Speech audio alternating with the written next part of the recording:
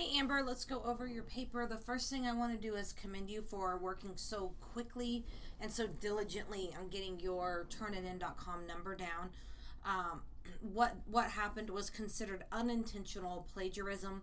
That's where it ends up coming off as being plagiarized when it's very clear you didn't intend to do that. And so you worked really hard to rectify that situation, so that's very commendable.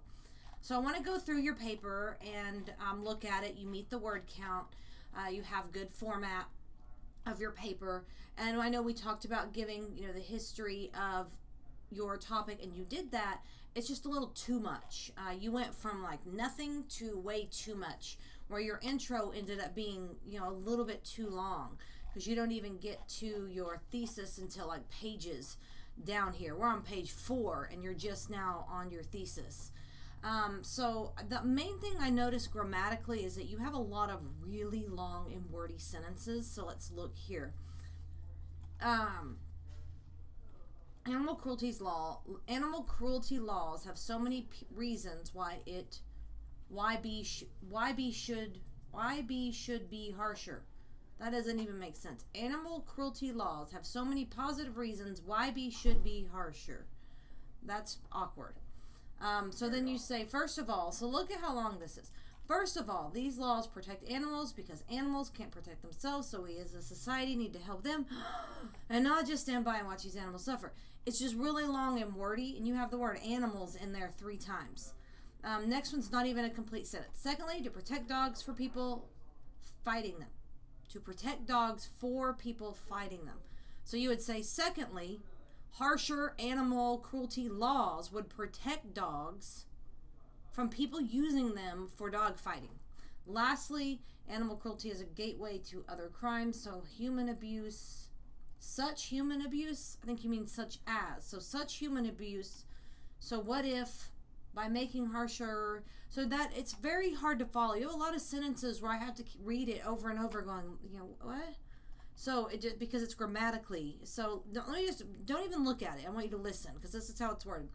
Such animal abuse. So what if by making harsher animal cruelty laws, we as a society is actually helping prevent some crime in the future? So society. I'm I'm stumbling over my words. I'm sorry. So you would be looking at this. The animal cruelty laws. Animal cruelty laws are laws. You wouldn't say laws is, laws are. So that your whole paper kind of reads like that.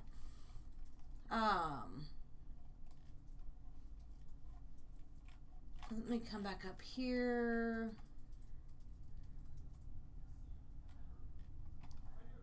So, right here is a really long sentence. I'm not going to go through here, line by line. When you use the titles here, you need to make sure that you use page numbers. If there's not a page numbers, then use paragraph numbers.